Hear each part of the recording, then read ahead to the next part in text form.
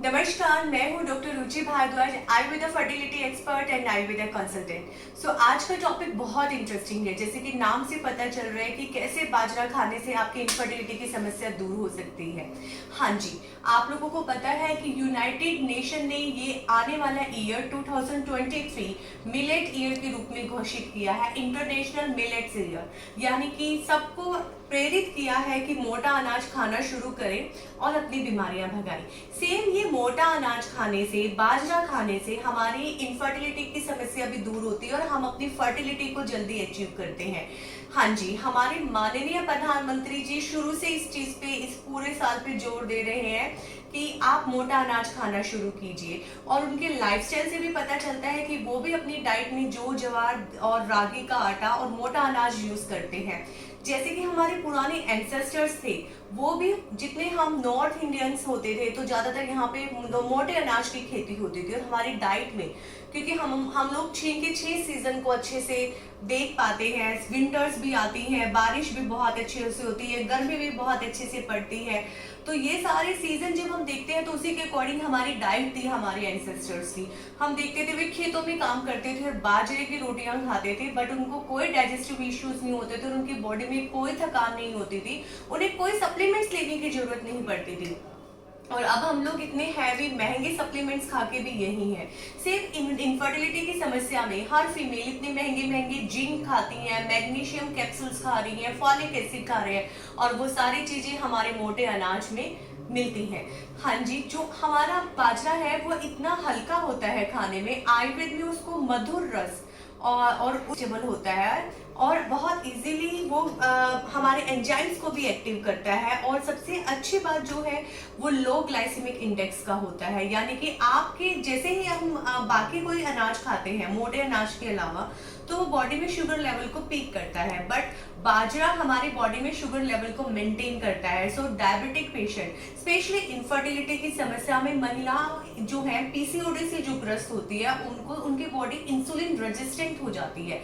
Insulin resistance यानी कि कुछ हमारी बॉडी जब रिएक्ट करती है, इंसुलिन हार्मोन जब हमारे फूड पे रिएक्ट करता है, हम जो भी खा रहे हैं और वो फटाफट इंसुलिन हार्मोन का डोज जो है हमारी बॉडी में, हमारे ब्लड में इंक्रीज हो जाता है।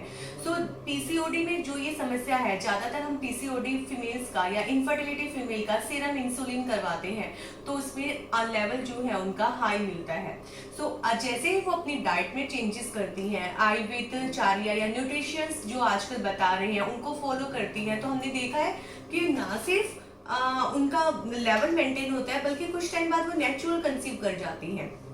और ये जब हम हमारी बॉडी इंसुलिन रेजिस्टेंस या फिर नहीं रहती है, या फिर हम लो ग्लाइसेमिक फूड इंडेक्स वाला फूड खाते हैं, तो उससे क्या होता है कि हमारी बॉडी में ऑक्सीजनेट ब्लड का सर्कुलेशन बढ़ जाता है। यानी कि जो साफ खून है वो बढ़ जाता है, और जैसे कि बाजरा है वो खून को भी साफ करता है।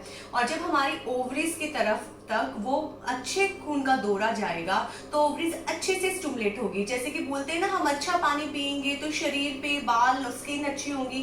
सेम अगर साफ खून हमारे शरीर के हर अंग तक पहुंचेगा, इंटरनल अंग तक पहुंचेगा, तो वो अपने फंक्शंस प्रॉपर करेंगी। तो अगर ओवरी तक अच्छा खून जाएगा, साफ खून जाएगा, तो अच्छे से स्टिमुलेट होंगी, अच्छे एग प्रोड्यूस करेंगी, और बल्कि आपकी एंडोमेट्रियम की लाइनिंग को भी बनाएगा जहां पे आपका बच्चा चिपकेगा। अब ना सिर्फ endometrium lining, natural conception, ovaries को स्टिमुलेट अच्छे से करेगा। दूसरा रीजन इनफर्टिलिटी का, जैसे कि ट्यूबल ब्लॉकेज है। ट्यूबल ब्लॉकेज में ट्यूब्स के अंदर इंफ्लामेशन होती है। सो ये जो बाजरा है वो एंटी इंफ्लामेटरी प्रॉपर्टी का होता है, इंफ्लामेशन को दूर करता है। जो ट्यूब सूज जाती है उनमें पानी होता है, हाइड्रोसल्फिन्स होता है। सो बाजरा खाने में तो हल्का होता ही है, पाचनीय भी होता है, और उसके साथ साथ इन्फ्लामेशन को दूर करेगा। हमने ज्यादातर देखा कि लोग आते हैं कि यूरिक एसिड बढ़ गया है, क्रेटिनिन बढ़ गया है, पर जैसे वो गेहूं बंद कर देते हैं तो वो सारी चीजें ठीक हो जाती हैं। बिकॉज आयुर्वेद में गेहूं गुरु आहार है, हैवी फूड है जो बॉडी में कफ बढ़ाता है। और ज्यादातर इनफर्टिलिटी इश्यू में कफ दोष ही माना जाता है। यानी कि जब कफ दोष विटिएट होता है, अपने सही लेवल में नहीं होता, तो हमारे चैनल्स, स्रोतास अवरोध हो जाते हैं और हमारा जो शुक्र धातु है वो अच्छे से अपना काम नहीं कर पाता। सो कफ को मैनेज करने के लिए बाजरा, मोटा अनाज सबसे अच्छा चीज है। तो आप आज से अभी से गेहूं को रिप्लेस कर कर जितने भी इनफर्टिलिटी पेशेंट हैं, जो बच्चे के लिए प्लानिंग कर रहे हैं या जिनको पहले मिस्ड अबॉर्शन रह चुके हैं, आज से अभी से अपने फ्लोर को चेंज कर कर बाजरा, मिलेट और मोटा अनाज जो ज्वार, रागी का आटा उसमें मिलाइए। बकव्हीट यानी कि आप उसमें कुट्टू का आटा भी डाल सकते हैं। मोटा अनाज यानी कि वो थोड़ा दरदरा होता है बट मधुर रस का होता है, हल्का होता है और पाचनीय होता है। और आयुर्वेद की बात करी जाए तो ये ब्लड को भी प्यूरिफाई करेगा। अच्छा गुड मैग्नीशियम कंटेंट होता है जिससे कि इम्प्लांटेशन अच्छी बनती है। थर्ड क्या है कि जैसे कि मैंने पहले बताया, ब्लड प्यूरिफायर होता है और रेस्पिरेटरी इशू को भी दूर करता है। जब रेस्पिरेटरी इशू बॉडी में दूर रहेंगे तो वही आयुर्वेद की बात की कफ दोष मेंटेन रहेगा और बॉडी में सर्कुलेशन प्रॉपर होगा, जिससे हमारी ओवरीज, हमारा पेल्विक बहुत अच्छे से स्टिमुलेट होगा।